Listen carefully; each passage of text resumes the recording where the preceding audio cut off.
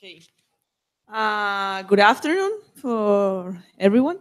Today we are starting with the seminars, CECSBE seminars. And today the Professor Adroaldo Zanella will going to talk to us about positive emotions and one welfare. Thank you, Professor. Yes. Aha, yeah. We have News. Who has news to share? Wow.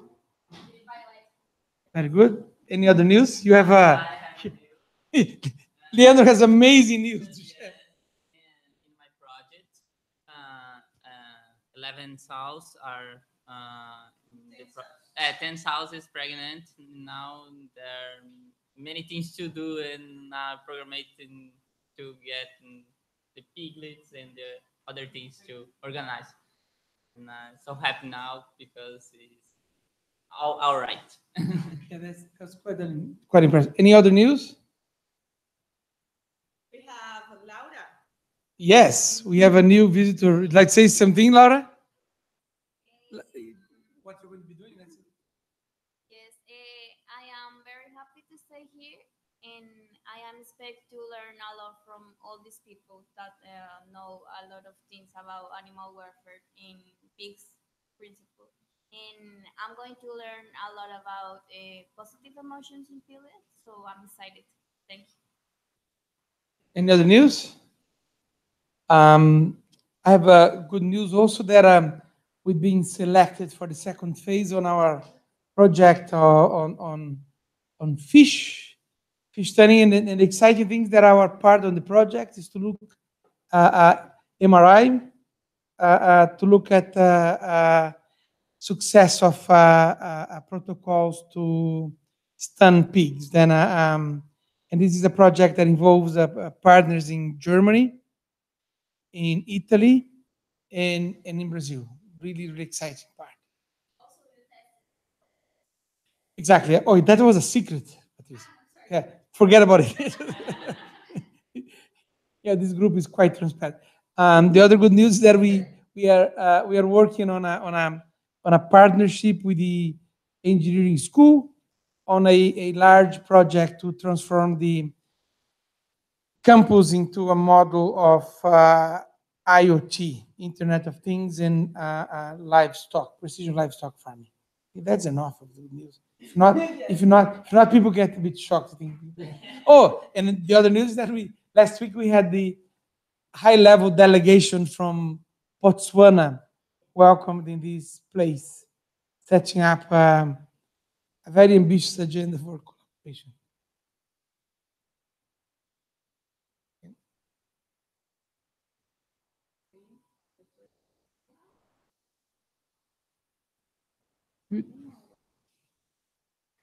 And the reason why the seminar is in English because we have visitors coming from Norway, and then we are getting them engaged even though they're still in the airplane.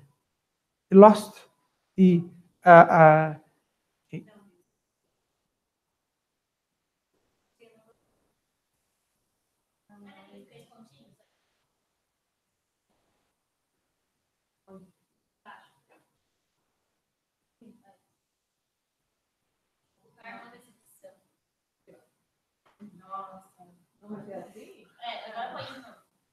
That's a new thing about you. That was surprising us on the.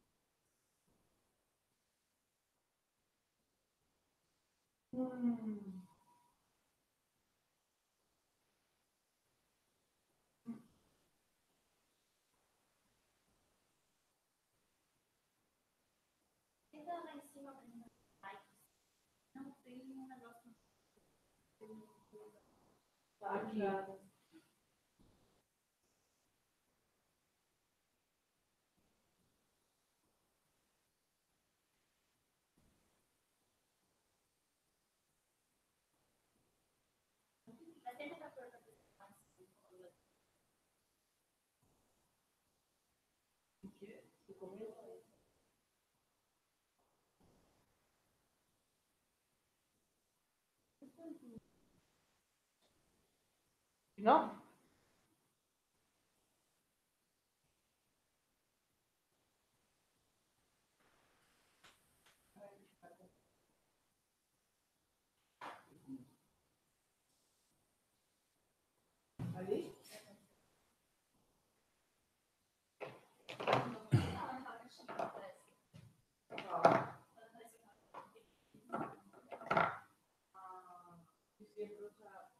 Para reiniciar.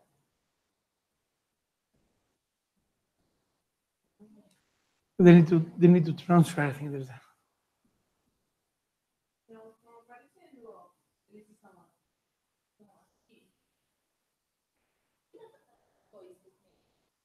Não, tem um que é a apresentação.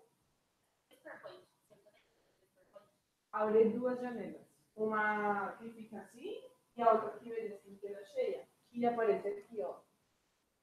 Aqui não está aparecendo.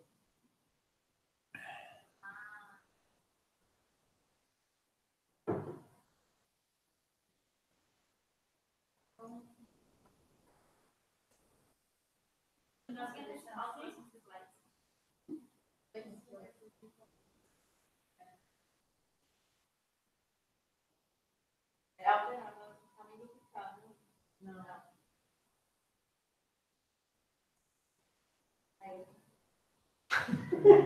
Phew. It is always like that. I mean, they made the whole confusion and then resolve the problem. No one knows how they did. Huh? And you don't remember. Okay. Yeah. Okay.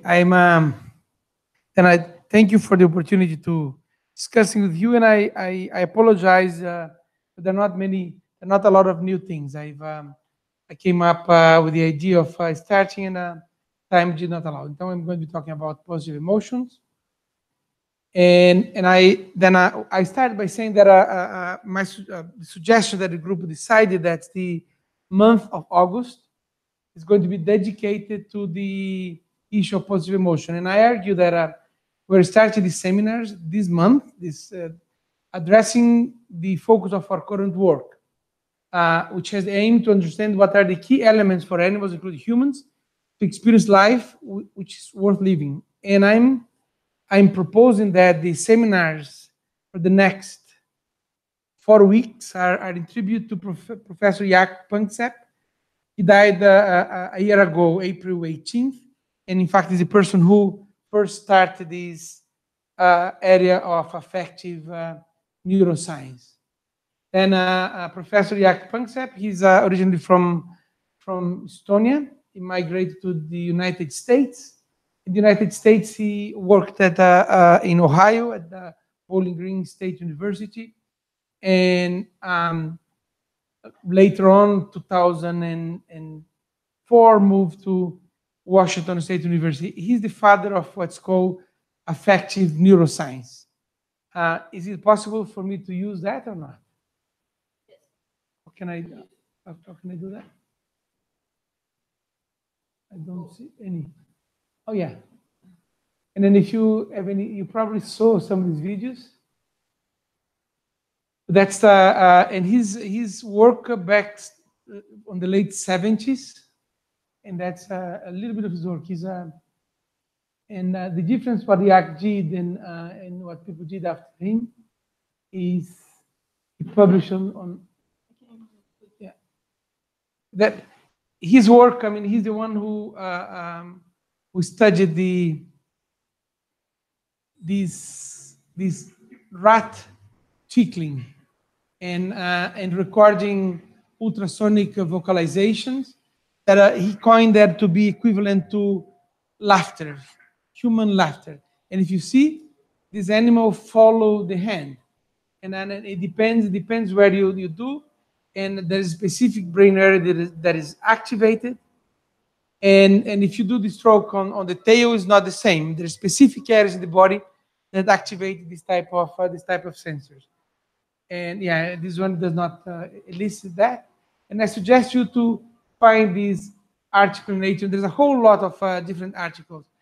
And animals that are anxious would respond different than animals that are not anxious. Then basically the individual would respond to this approach according to their characteristics. I'm probably going to stop there, and you, yeah, that's okay. Look. And then see, that's people do that to each other, and you cannot do that to yourself. And some people are more ticklish than others. How many of you like to be ticklish? Raise your hand. You can be honest. I love to do that to my kids, and yeah, and in a sense, I mean, when I first met Jaak Panksepp 18 years ago, it's going to be 18 years in November. We had a week-long dialing workshop in Berlin.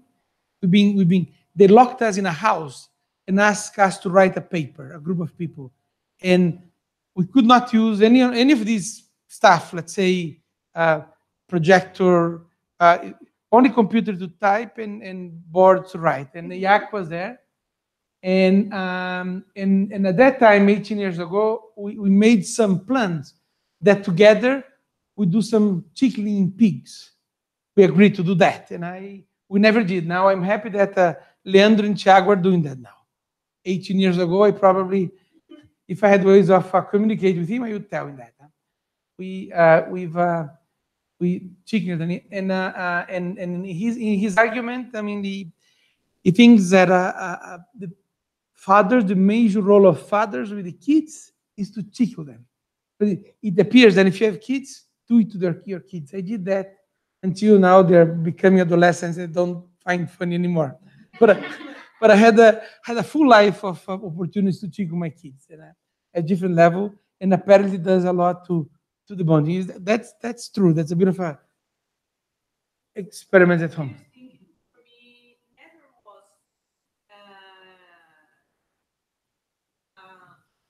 I don't like tickles. Never. Interesting. Okay. You feel pain. So you don't feel that you don't like. My brother. Okay. Oh no, but I think maybe can you write? Maybe you should write down the next experiment on the CECSBE. Try to do tickling on the students on the campus. Yeah. But what we need to make sure, we need to get all the necessary precautions not to be legally prosecuted. I mean, professor tickling students on was part of an experiment that makes anyway. Good. Then, and why are the seminars in English? Then I made the argument that in August, our team is going to host English Anderson and Marco Cepec, both from the University of Life Science, and they're conducting innovative research on positive emotions. And then we like to basically to make sure that we all speak in English in order for them to understand what they're talking about. In this presentation, they're going to have access. And that's my suggestion. What I like to do is that I started giving this framework, more a neurophysiological framework. Then I suggest that Ingelise and Marco give talks. And then I'd like to challenge the group to do a kind of a roundtable discussion on your own experiment. How can you fit this issue of positive emotions or positive affective states? How does it fit in your current research? Just to see if my claims are according to your set of thoughts. Okay. And then I started by saying that emotions, both positive and negative, they're fundamental in how we make decisions in life. And I end up last night working towards the goal of building the argument on the human literature. But if you think about yourself, there's nothing that you invest more energy in than trying to find positive emotions. We do that a lot. We go for holidays, we select friends, we go to Bar do Chico. We have, meaning we have a whole set of things that you do in order to build, but we understand very little. And the argument is that they're all important in facilitating decision making, but the major bias is on the issue of negative, or that the scientific study of positive affective states is recent. But brain imaging is now starting to open in some areas. And we operate in the 70s.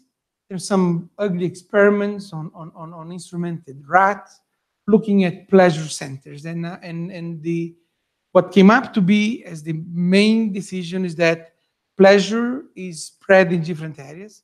And one single pleasure center would not explain the way that we interpret these type of things. But brain imaging have of course, with several limitations, but there's a lot of, in fact, there's a lot of these studies on brain imaging on response to sexual stimulation. That's quite funny. I thought that wouldn't be a good way of starting the seminar now.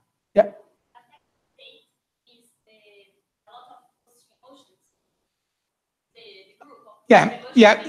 Yeah, it includes what I'm using. I'm using positive emotion and affective states. Affective states are the big umbrella, and positive emotions are a small umbrella underneath this big umbrella. Okay. And then the question, how emotions are represented, and I say experiencing fully the feeling of pleasure, it requires a level of organization that is only possible if that areas are activated in a given time. And I make an argument later on. And then the evidence that have been accumulated is that the cingulated cortex, the somatosensory cortex, and I didn't put, but insula and amygdala are part of that, meaning there's a network. And the strange thing is that a lot of the network are also involved in processing negative emotion. And it could be a possibility that this is being suppressed, and we're going to get into that later on.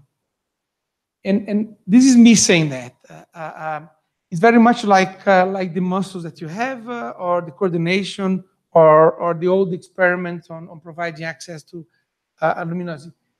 If you do not build or reinforce pleasure networks in your brain, chances are you will not recognize positive feelings very efficiently. It's very highly the possibility. That's why we understand that, let's say, enriching an animal's environment from the time when they are in the uterus or early in their life is absolutely fundamental in providing this network a place for them to express. Okay, meaning that fine. I mean, then you become like an old phrenologist, like measures. It's not like that. Meaning that, of course, if you're born in an environment that all sad and unhappy, in a gloomy environment, in an environment run by timber and this bunch of corrupt, you still, and am I condemned my whole life to be unhappy?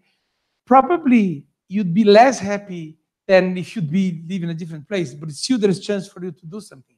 I mean, it's not a matter of being deterministic, but the possibility is that, I mean, we know there are several references of kids born or after, let's say, the 9/11 disaster. I mean, there are consequences, but you can fix that with some vegetable gardens to cultivate, and but chances are that you may become less efficient in understanding. And we have a lot of possibilities to change things. And this is an argument that I'm bringing. Emotions are not accidental in our construction. They're essential, and then they evolve together with all the different mechanisms. And either avoid. You need to go. And yeah, to seek reward or to avoid punishment. I took away all the slides that I had on negative emotions. This is probably the only one, because if not, I would have the bias to go to the negative side. I always do that. I mean, see, the link between negative emotion and whole bunch of pathologies is well established. With positive emotion, it's less. There's a lot of coming of new data. Then if you look at the definition of happiness, it would be a state of well-being characterized by relatively permanence, agreeable emotion ranging from contentment to joy. And then I put this scale there. You go from serenity, joy, and ecstasy. Em português seria serenidade, alegria e êxtase. But we rarely use that unless if you talk about illegal drugs. I guess. That's an unusual thing because I mean it's the utmost relevant, important emotion is associated with drug, and that's not many articles on that. That was back in 2002. And I decided to remove the only dimension scale because again we divided, but this one is called on either punishment or reward, and you focus on that. These are then you go from terror to the same ecstasy, and then this one is probably the omission of punishment relief, then goes frustration. But if we focus on that, forget about this. Just meaning that that's probably, I put this one because when I'm going to show the data on resonance imaging, there's confounded the same area that controls some of these areas are involved on that, but probably because they are controlled by similar type of networks, maybe different type of neurons being fired, but in similar areas. When you look at, and there are a lot of people, Robert Hind, he used to be at Magic, he did a lot of studies on this issue of punk culture expression, the kind of expression of emotion that we all agree. And then if you look into this, I mean, you probably would be easy to find out who is happy, who is sad, who has fear, anger, and surprise. And it goes right from babes. And then it appears that can I have another one?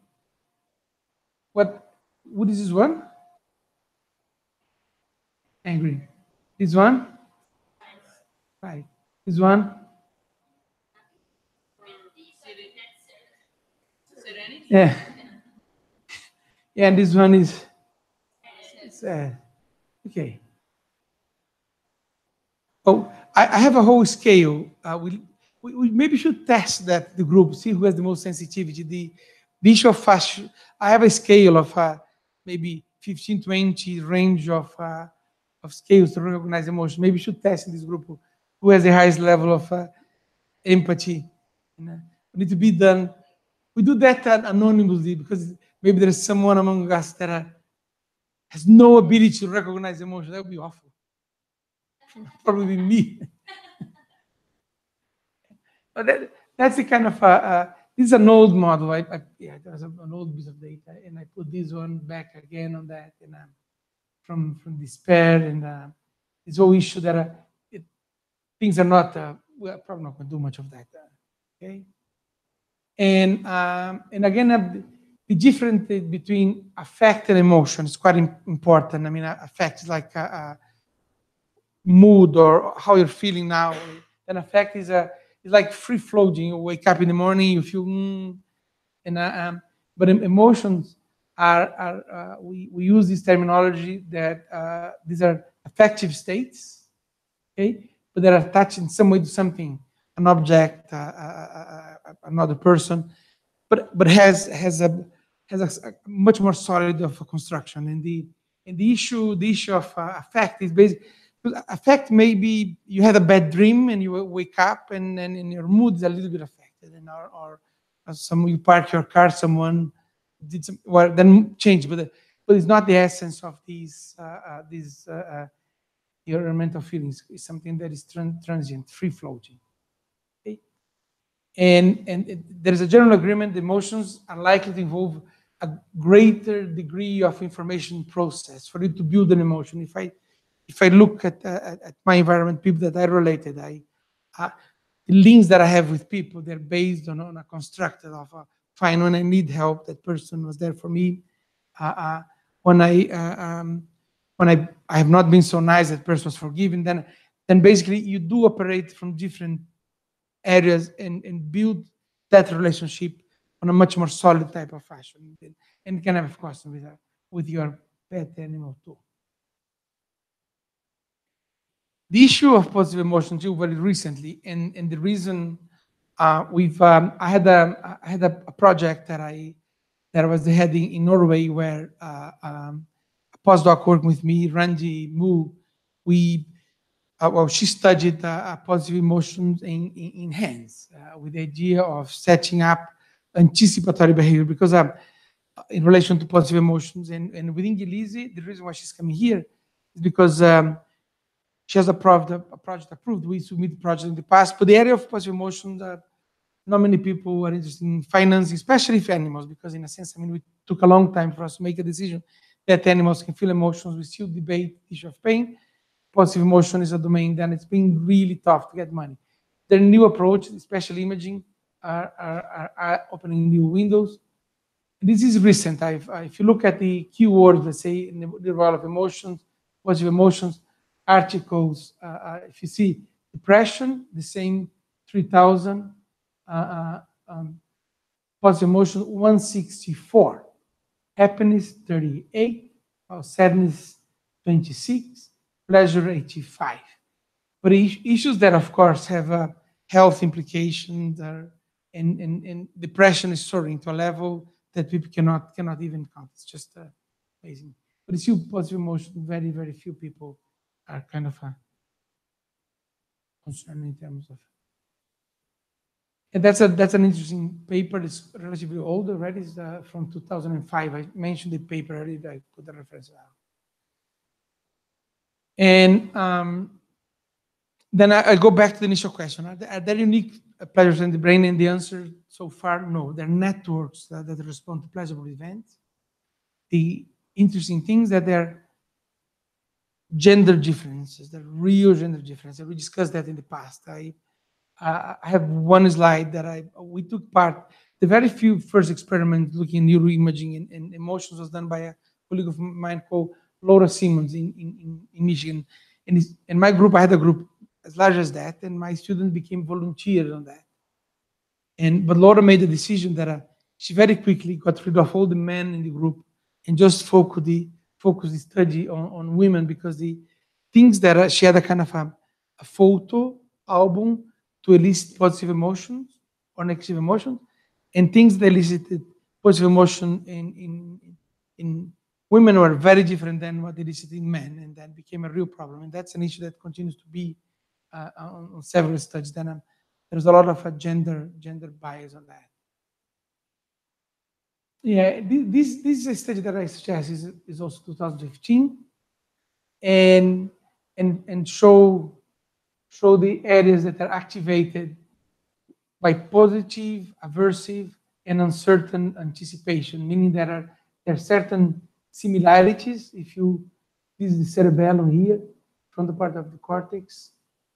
That's a transversal version showing the type of. There's some overlap on that. I should be getting to more detail on that. And this is again nucleocumulus. You're going to find a lot. We're going to go through the nucleocumulus seems to be involved a lot on processing positive emotion. Of course, you get the cortical areas being activated. This paper would demand a discussion just on itself. And this is some old data pointing out again happiness on this area on the frontal cortex. You have that tabulated here. And happiness is again basal ganglia, the same area where disgust is. You know, the disgust, nojo, né?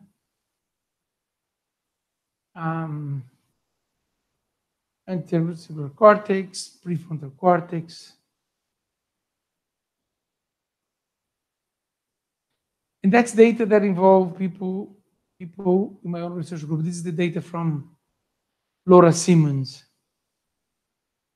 she's done a full scan in the brain, but you see, this is cerebellum, back part of the brain, only the prefrontal part of the brain, A and B, and a very localized areas where she got, when she put control and positive emotions, limited area. And again, this is all done, yeah.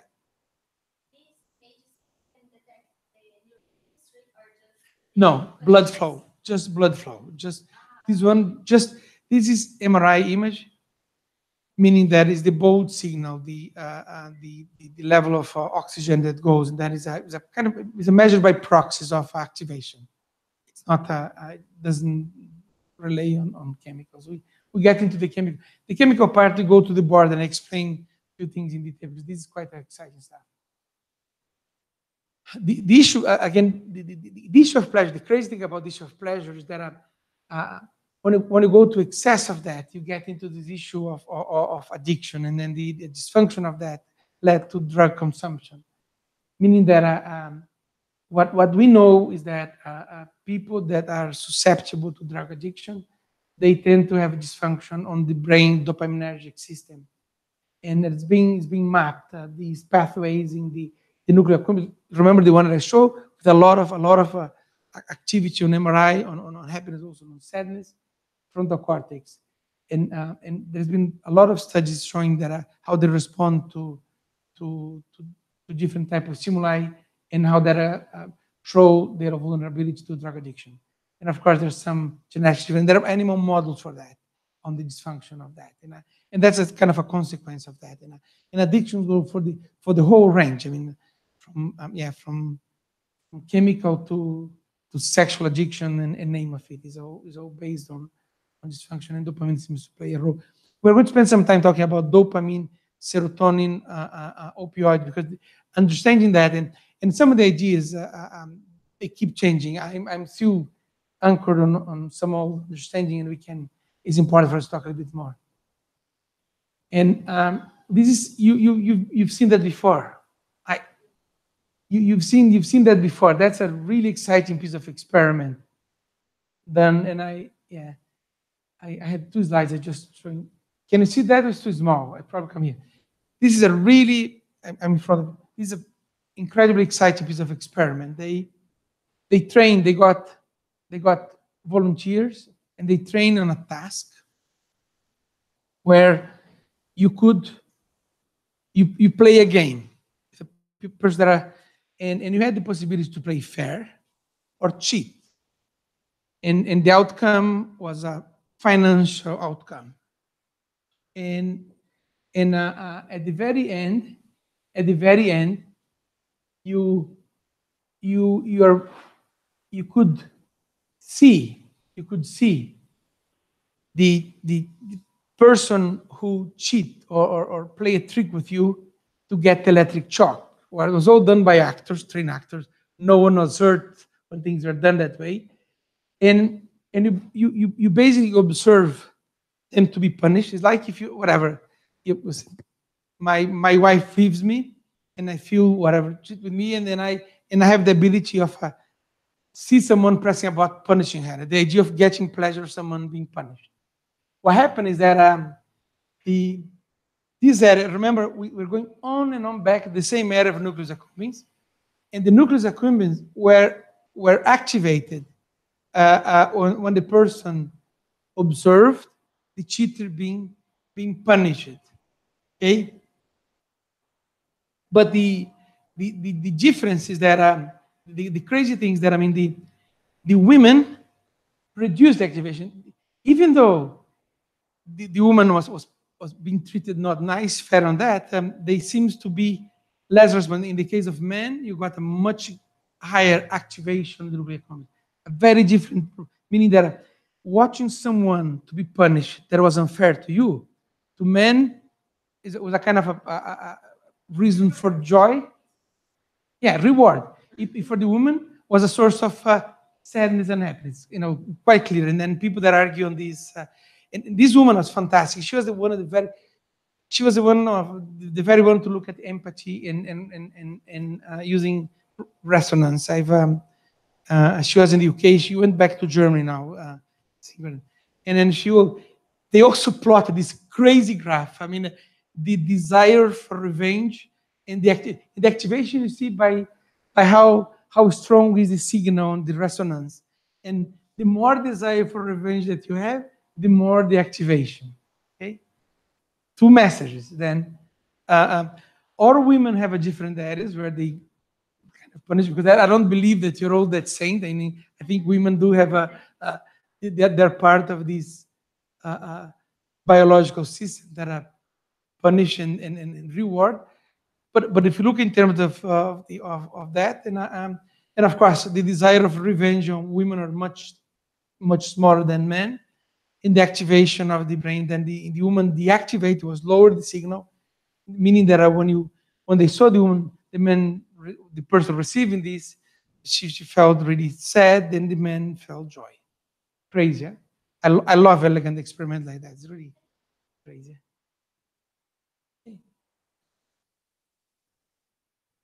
Yeah. Well, this slide is also they're all the crazy old experiment where they instrumented rats and then they press a lever and got self-simulation in part of the brains, and yeah. And again, the nucleus. If you write one of the areas that there's a lot of consensus, the nucleus accumbens. Okay. In humans, when you activate that, you get smiling, laughter. And the nice thing about this brain activation people do when people under light anesthesia, and then you get all the excess of happiness. And there is a kind of what they call coherent reward system in the brain, and going a kind of across species. This is something that I like to go across with you really in detail, because there's a difference between wanting something and liking something. And people tend to confound it. For example, I really want to be promoted to full professor, okay? Really want. There's a kind of this massive desire, okay? It's motivated by it. But the issue is that I love to be a graduate student, meaning to be, I'm just making a joke now. but the issue and the mechanisms are really different. What kind of system coordinates this issue of wanting something? Which system is in control of wanting something? This kind of desperate. Sorry, yeah, the reward. Yeah, exactly.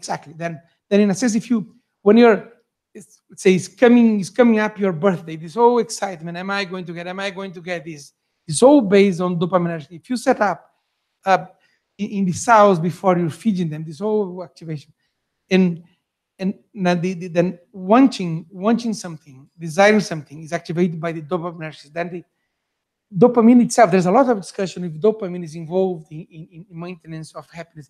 Problem with dopamine because of how quickly it's metabolized. I don't think it plays a role of getting you activated but there's other systems that need to come for you to feel this type of feeling.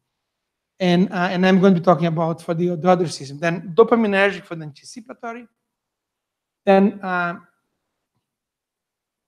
wanting something, desiring something, there are really old regions in the brain, and it's involved. Why is that so important? Because you need to eat, and you want to get something to eat.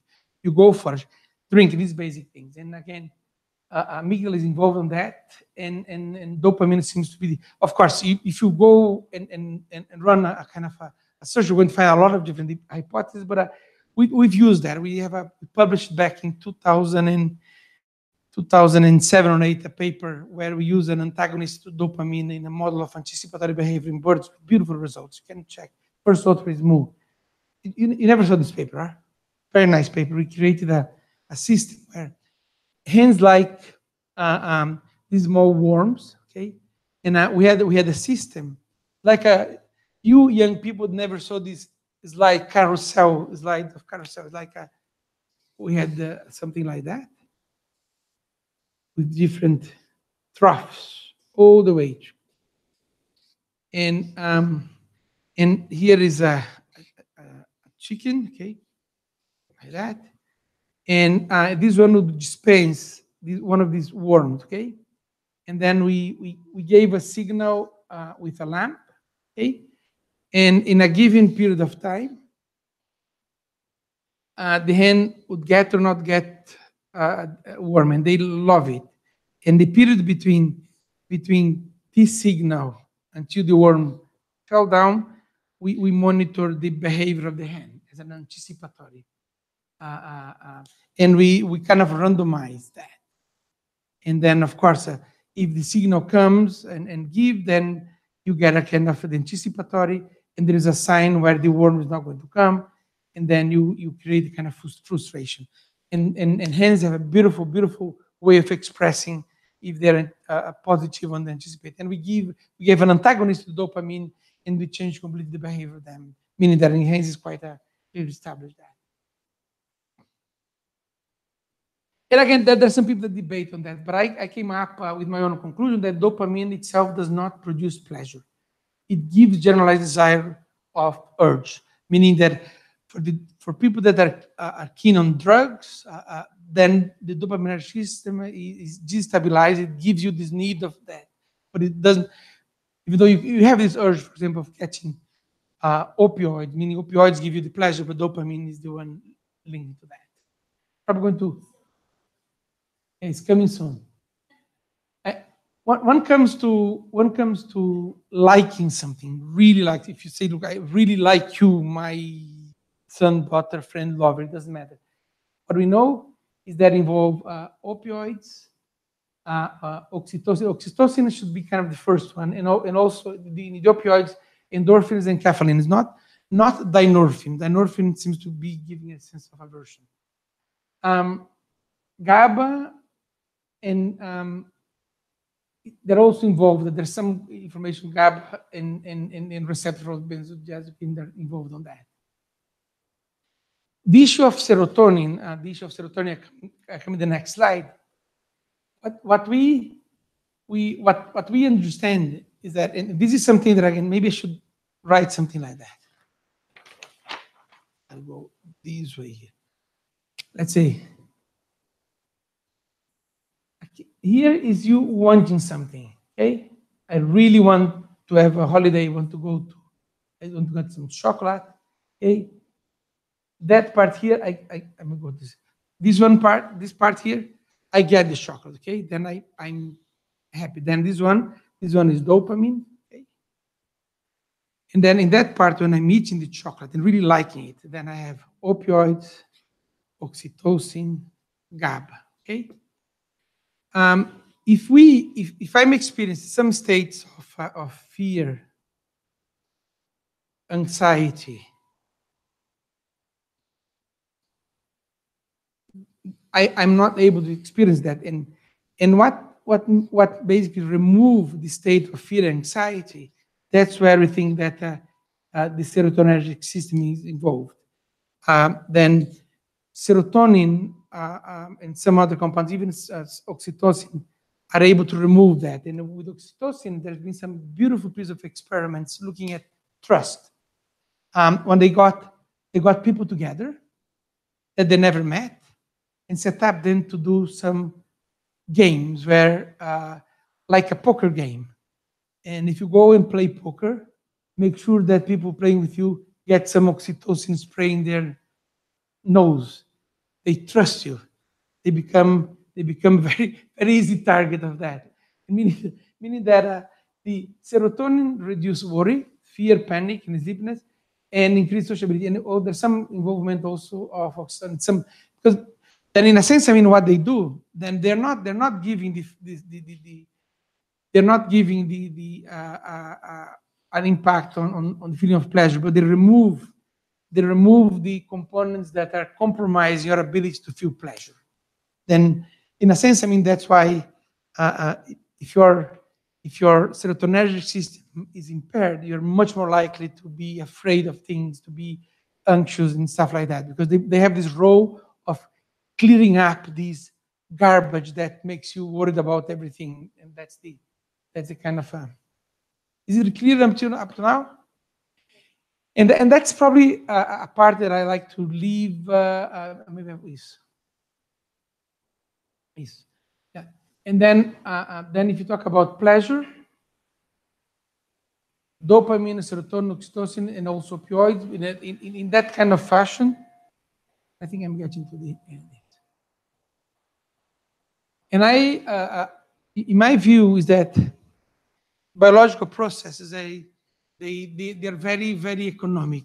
Biology loves simplicity, and loves the idea to avoid redundancy, only in events of it. Then, and I still think that when we call complexity is because we did not have the time, sufficient time to understand the process. It's quite likely that maybe the amygdala would be the kind of the trigger and have a pattern of response in a given sense. And there's a lot of, this is a nice paper where you have a kind of subliminal presentation, like this old, remember the old stuff on the 70s, you're not even born. I mean, where people did that kind of experiments. People go to movie theater, and in between the frames of the movie, they put something that you could not see, you could not perceive. Let's say you're in the movie and you put a popcorn, okay, popcorn. Then in the exit, you check if people that they don't recall that they saw popcorn. See in this frame you have hundreds of that, okay, and that's an image of where two people kissing, okay. In the middle of that, you put a picture of a popcorn. Then your sensory system cannot process a popcorn, but your subliminal brain just say, look, it's a popcorn. Then they measure how much popcorn was sold in the exit of the movie theater, and then apparently there's an old kind of experiment, and meaning that and that's something that because the amygdala is built to do that way. The amygdala respond to fear really quickly, and then this type of image is quite important there. And I'm finishing up by saying that unifying theory, in my assessment, would not involve complex arrangement. And I think if you think about the DNA, I mean, it's relatively simple and does wonders. I mean, and I think, and I said, and could well be that even as long as you understand this issue of computing and artificial intelligence, like you're going to be able to understand more. That's quite crazy, yeah?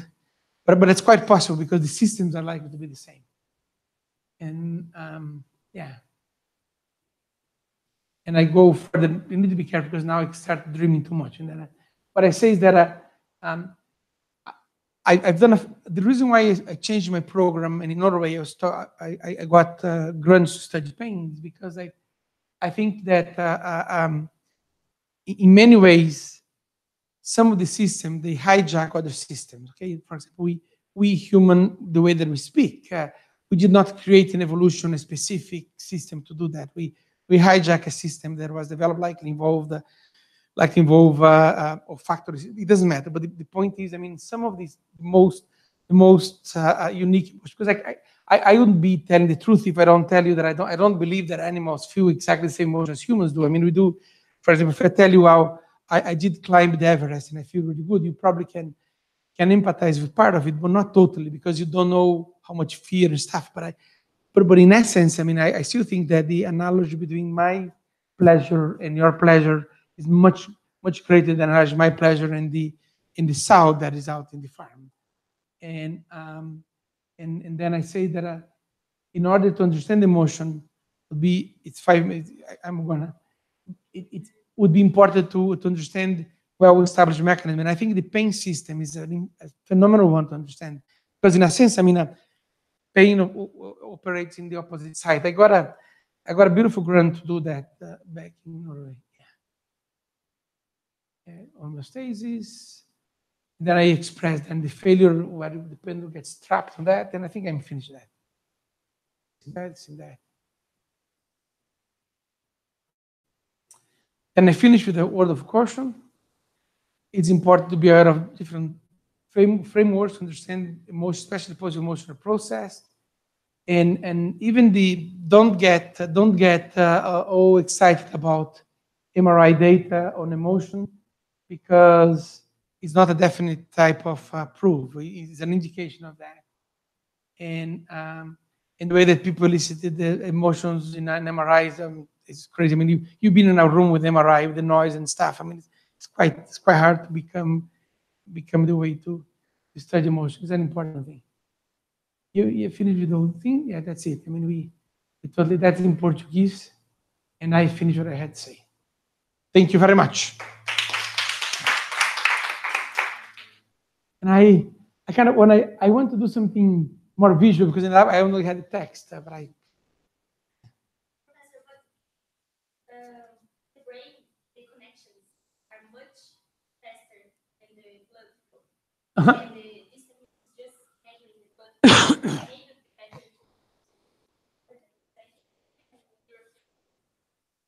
Yeah. more. Yeah. Because the blood flow, like, I mean, the receptors for some neurotransmitters will increase. I agree. And the MRE. I agree. I think we are going through very fast changes, and there are new protocols coming about. There are people looking at near infrared sensors, like Matteo Quinchiarini is doing. But with this near infrared sensor, you only get information on the cortical areas, and you not get.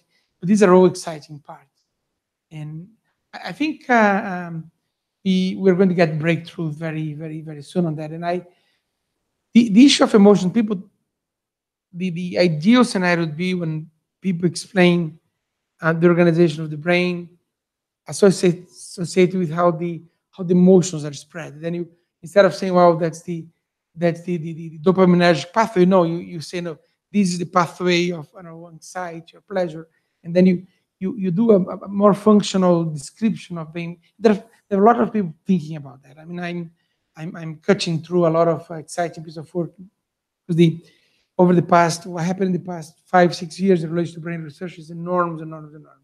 But to me, what I have two questions that to me are absolutely essential to my liking science. First one is, fine, if things go wrong in a given time in your life, in the brain, is there a way that can be fixed? That's a real question, because I mean, the level of suffering that society today has as a result of disorganization of the brain is unthinkable.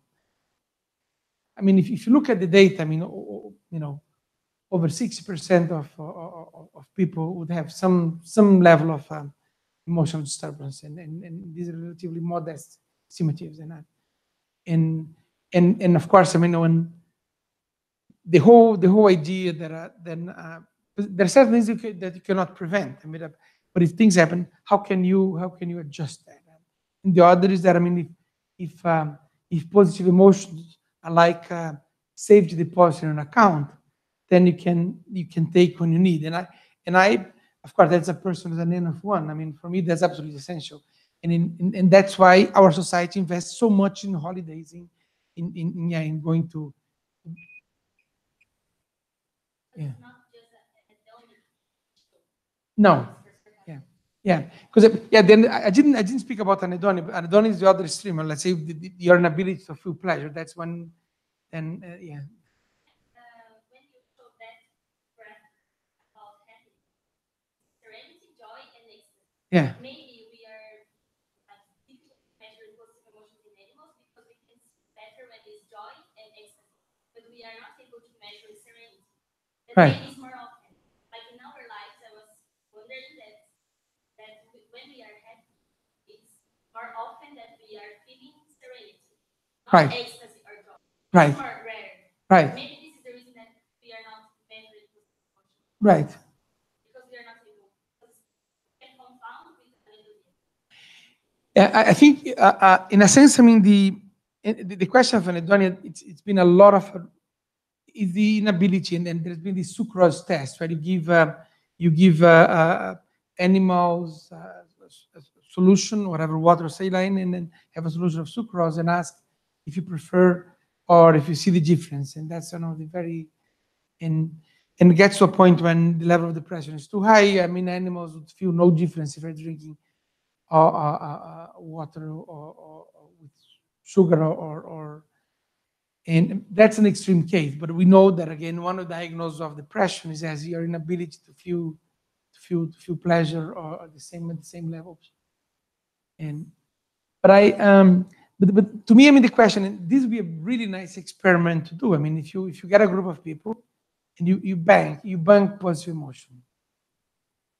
And do you know in humans, what is the best indicator of good quality of life? Top. Throughout, I mean, looking all meta-analysis, what is the best indicator of quality of life? Oh, that's correct. That's partially correct. Yeah. Food. No. Network. People, if you ask a question and look at indicators of well-being, people that have, it's a combination between largest network and solid network. This is across all the research. I mean, your network is a map, is a fingerprint of your well-being. And in a sense, because it kind of there are hundreds of different theories, but it's not. I mean, money plays some role, but in the studies, again, it's partial. Of course, the lack of money is a problem because then you cannot eat, you cannot do things. But in all these studies, social network is absolutely central. But I would love to see an experiment where if you could bank positive emotion, and what is the impact on a given challenge, how it makes you to respond to a challenge in a given time. Maybe we could do that to animals. I mean, we do that in a sense. We're doing an experiment, like in your case. Your case of this house is like that because you bank a lot, and then they went to Craig's to Faro. I mean, the question is whether or not these how they pay the price. But you could also interpret in a different way. I mean, if you live your life to the full, I mean, and then suddenly things happen, then it's all disastrous. And there's a lot of argument that and I go back to my third slide. I think emotions are like muscles. You need to exercise them. And I mean, our kind of a hedonistic approach. I mean, yeah.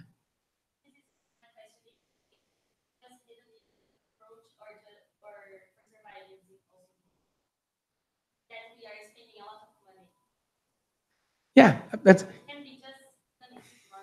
Yeah, but to me, I mean, the question again, we're back into this issue of creating. We could make a decision in this group. I mean, well, all pleasure. No, but you go back in kind of no pain, no gain. I mean, then in a sense, I mean, I think the truth is in between. I mean, you do the whole idea of building a artificial construct of the world where nothing goes wrong. When things go wrong, I mean, it's just kind of everything crashed down like crazy.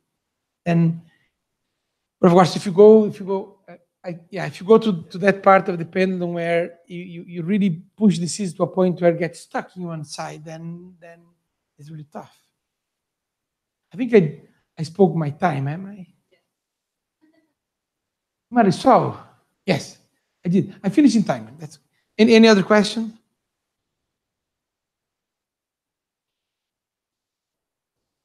Oh, thank you. Thank you very much. Oh. Thank you, Professor. And that's all. See you next week.